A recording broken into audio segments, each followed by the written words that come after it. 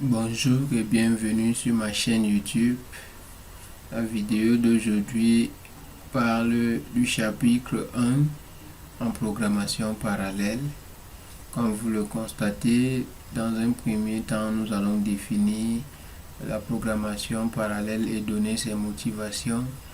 Dans un second temps, nous allons comparer la mémoire partagée et la mémoire distribuée.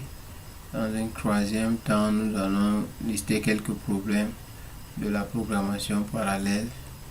Et enfin, nous allons donner un exemple de programme parallèle. En 1, définition, motivation.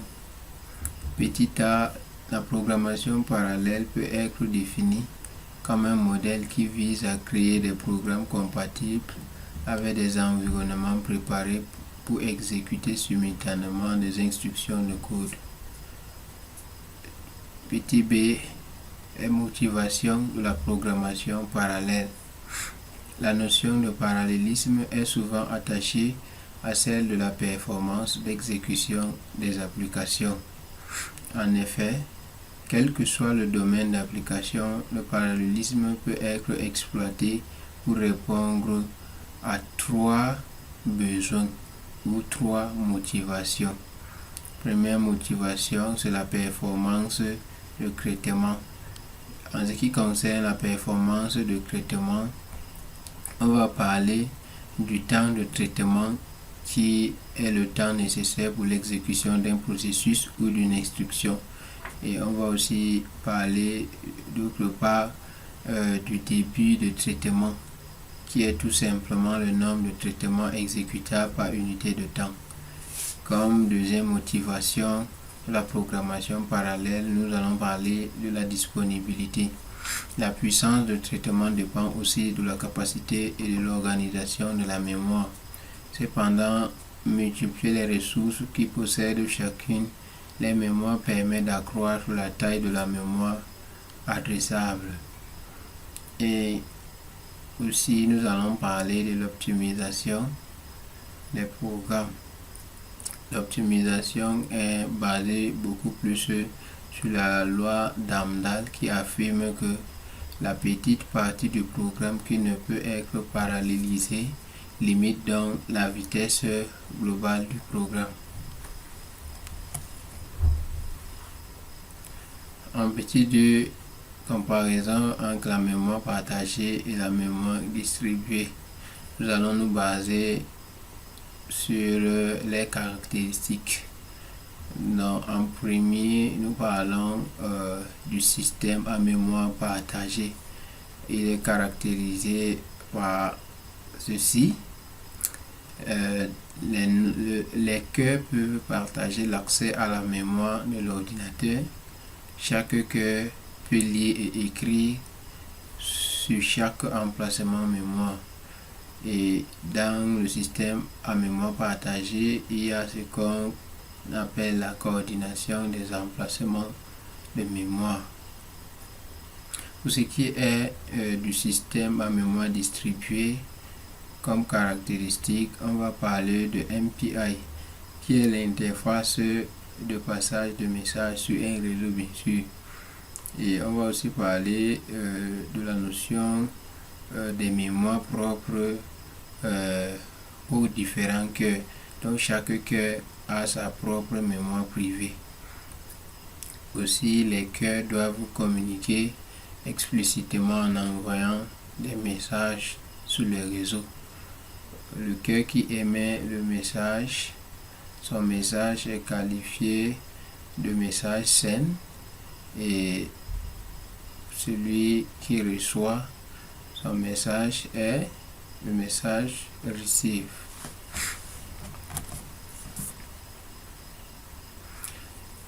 Ici, à ma gauche, nous avons le schéma de la mémoire partagée et à ma droite, nous avons le schéma de la mémoire distribuée. La mémoire partagée, bon, ici, on voit une mémoire qui est au centre des différentes unités de calcul. Comme on le disait tout à l'heure, les cœurs ont chacun un emplacement sur la mémoire, emplacement mémoire, donc leur exécution se passe sur un même emplacement, alors que sur la mémoire distribuée, chaque cœur a sa mémoire privée. Comme on le constate, on a les CPU avec les mémoires. Les CPU sont tout simplement des unités d'exécution des calculs en ce qui concerne la programmation parallèle. Mémoire partagée versus mémoire distribuée. Comme exemple, pour illustrer ce qu'on vient d'expliquer sur le schéma, supposons que nous ayons besoin de calculer une valeur et de les additionner. Nous savons que cela peut être fait avec le code ci-après. À somme, on affecte la valeur 0 et avant d'entrer dans la boucle pour i égale à 0, i inférieur à n, strictement inférieur, oui, et on incrémente i. Et à x, on affecte la valeur suivante à calculer. Et à somme, donc, on affecte chaque valeur suivante à calculer qui se trouve dans x, bien sûr. C'est-à-dire que somme sera donc les différentes x reçues. Supposons maintenant que nous ayons également p cœur et que p soit beaucoup plus petit que n. Alors chaque noyau peut former une somme partielle d'environ n sur p, c'est-à-dire le nombre de processus divisé par le nombre de cœurs donne donc le noyau que peut former un cœur partiel. Et l'algorithme de chaque cœur de calcul de chaque cœur est ce qui suit. MySum, à MySum on affecte 0, c'est l'initialisation, et myFirst i ça a une valeur, myLast i, c'est-à-dire la première valeur et la dernière valeur de chaque cœur. Donc chaque cœur comporte sa somme, comporte sa première valeur et sa dernière valeur. En entrant dans la boucle pour mySum égale à myFirst i, my i strictement inférieur à myLast i, on incrémente donc my i, donc on augmente d'une valeur à chaque fois. My x est donc la valeur suivante à calculer, et donc dans somme on va affecter la valeur de my x précédent.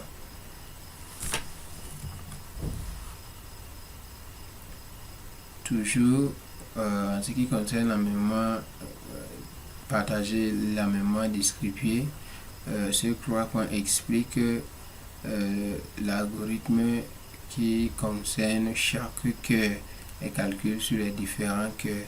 Le premier point dit que chaque cœur utilise ses propres variables privées et chaque cœur peut exécuter un bloc de code indépendamment des autres cœurs. Le second point dit, une fois que chaque cœur a terminé l'exécution de ce code, sa variable mySum stockera la somme des valeurs calculées par ses appels à computeNextValue. Le dernier point, lorsque les cœurs ont fini de calculer les valeurs de ma somme, Ils peuvent former une somme globale en envoyant les résultats à un cœur maître désigné qui peut additionner les résultats. Ces 3 points expliquent encore d'une manière plus claire l'algorithme qui se passe sur chaque cœur, le calcul de somme partielle sur chaque cœur.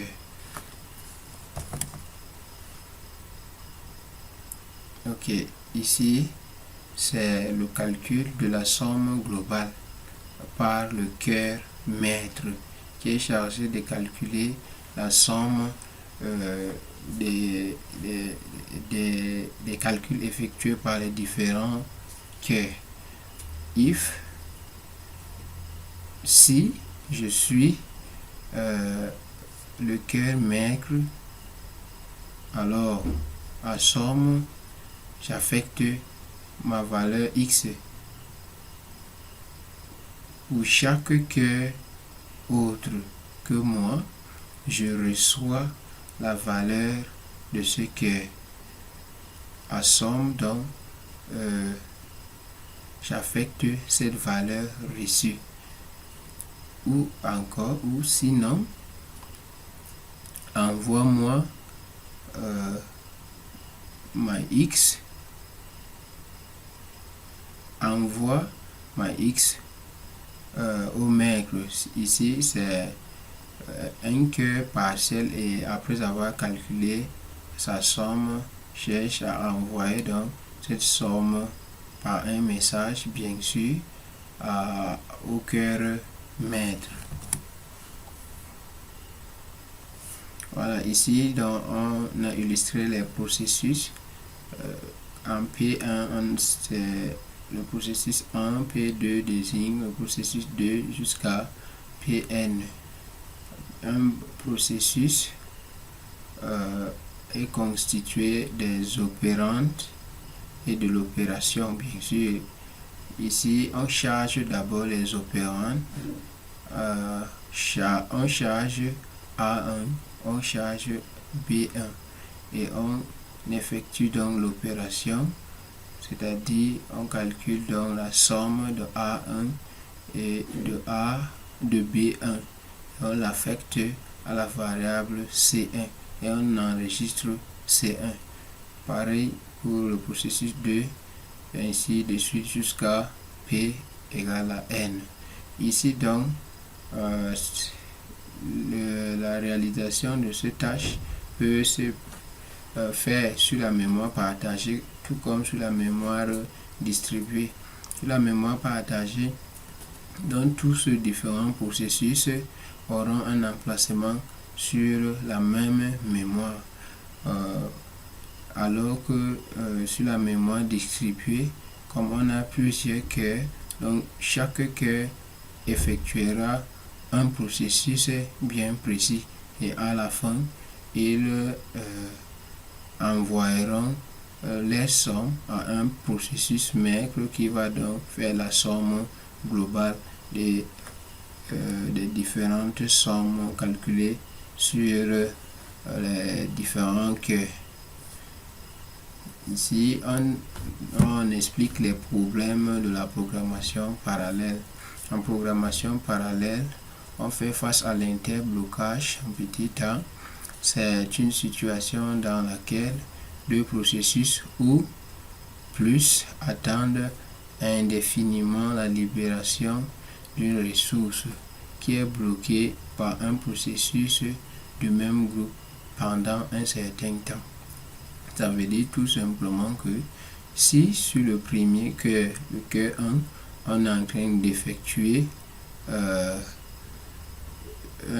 calcul de A plus B par exemple, et sur le cœur 2, on est en train de tirer la valeur de A par exemple, le cœur 1 aura besoin de la valeur de A pour calculer, pour faire la somme de A plus B, alors que le cœur 2 est en train de tirer d'abord la valeur de A qui est un inconnu. Donc il y aura problème. Le processus 1 sera dans l'attente, sera bloqué. Donc voilà comment se passe l'interblocage entre les processus. En petit b, on parle de la famille. Lorsqu'un processus attend le processeur indéfiniment, on le qualifie de processus affamé. Ici, c'est tout simplement le fait que un processus P1 est dans le processeur en pleine exécution et un processus P2 est à l'état prêt. Donc, il veut aussi entrer dans le processeur pour être exécuté, mais le premier processus qui est dans le processeur met long jusqu'à ce que le processus à l'état prêt réalise que il a longtemps attendu, par exemple. C'est à ce niveau donc on le qualifie de processus affamé, ou alors de la notion de famine en ce qui concerne les processus. Pour terminer, on a donné un exemple de programme parallèle. C'est la fonction de Fibonacci. Les nombres de Fibonacci sont définis par la relation des récurrences. Fibonacci est basé sur ce principe qui laisse voir que la somme de deux précédents donne la somme du nombre qui les suit.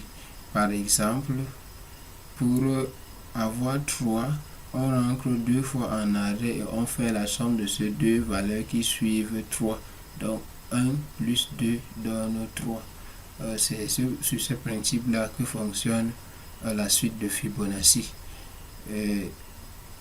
Il faut noter qu'il y a déjà des valeurs standards ici, comme par exemple f de 0 qui est toujours 0, f de 1 qui est toujours 1.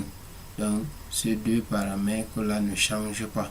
C'est à partir de 2 qu'on voit donc un changement. C'est pour cette raison que les valeurs de f de 0 et f de 1 sont données. Et ce sont des valeurs fixes. Maintenant, la fonction est f de n égale à f de n moins 1 plus f de n moins 2. On commence le calcul à partir de 2, c'est-à-dire n est supérieur ou égal à 2. Le programme en Python ci-après montre donc comment fonctionne l'algorithme de Fibonacci. Comme on le disait, au début de l'algorithme, on initialise f de 0 à 0, f de 1 à 1. Et on entre donc dans la boucle, on essaie de tester ces deux conditions initiales. If n égale à 0, alors f de n, on affecte f de 0 qui est 0, bien sûr. If n égale à 1, alors à f de n, on affecte f de 1 qui vaut 1 aussi. Maintenant, à partir du rang 2, il y a une modification donc pour car allant de 2 à n plus 1 à f, on affecte f de 1 plus f de 0 et on assigne les valeurs à la ligne suivante. F de 0, f de 1 égale à f de 1 qui f de 1, f de n. C'est-à-dire donc f de 0 qui est ici à gauche, sa valeur sera f de 1 et f de 1 qui est toujours à gauche à côté de f de 0, sa valeur sera donc f de n. Et on retourne donc la fonction f de n. Merci d'avoir suivi cette vidéo. Si vous êtes satisfait, n'oubliez pas de commenter, n'oubliez pas d'activer la cloche de notification et de liker ou même de partager. Merci, à nous revoir la prochaine vidéo.